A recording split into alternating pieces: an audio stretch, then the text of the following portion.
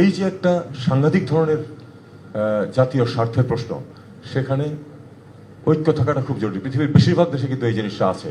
বাইপার্টিজান বা যেসব দেশে দুটো মেজর পার্টি, বাইপার্টিজান আলোচনার ভিত্তিতে কিন্তু অনেক কিছু নির্ধারিত হয়। আমরা এটা আনফর্চুনেটলি গত 50 বছরে 52 বছরে কখনো দেখিনি। সবসময় সরকার যেটা মনে করে সেটাই করেছে। অপোজিশন এমনকি কখনো কখনো কিছু মনে করবেন না স্যার, কখনো কখনো এমনও দেখেছি যদি সরকার, ওনারাও ছিলেন তখন, তারা যেটা করেছেন আবার অন্যরাও তাই করেছে। সরকার হয়তো একটা আসলেই ভালো কিছু করতে যাচ্ছে, একটা অবস্থান নিচ্ছে কোনো বৈদেশিক সম্পর্কের ক্ষেত্রে, কিন্তু অপোজিশন সেটাকে সমর্থন করে না।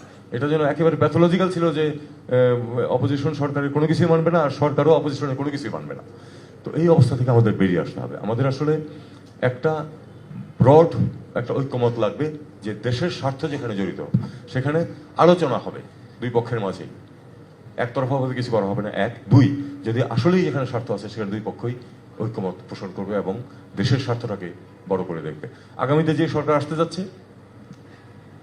আমাদের সবারই প্রত্যাশা, বিশেষ করে ছাত্র আন্দোলন যারা করেছে তারা কিন্তু পরিবর্তন চেয়েছে। আমরা পূর্বাবস্থায় ফিরে যেতে চাই না। শুধু দল পরিবর্তন হবে বা মানুষ পরিবর্তন হবে, আর রাষ্ট্র যেভাবে চলবে তার মধ্যে কোনো পরিবর্তন হবে না, এটা কেউই মনে হয় চায় না।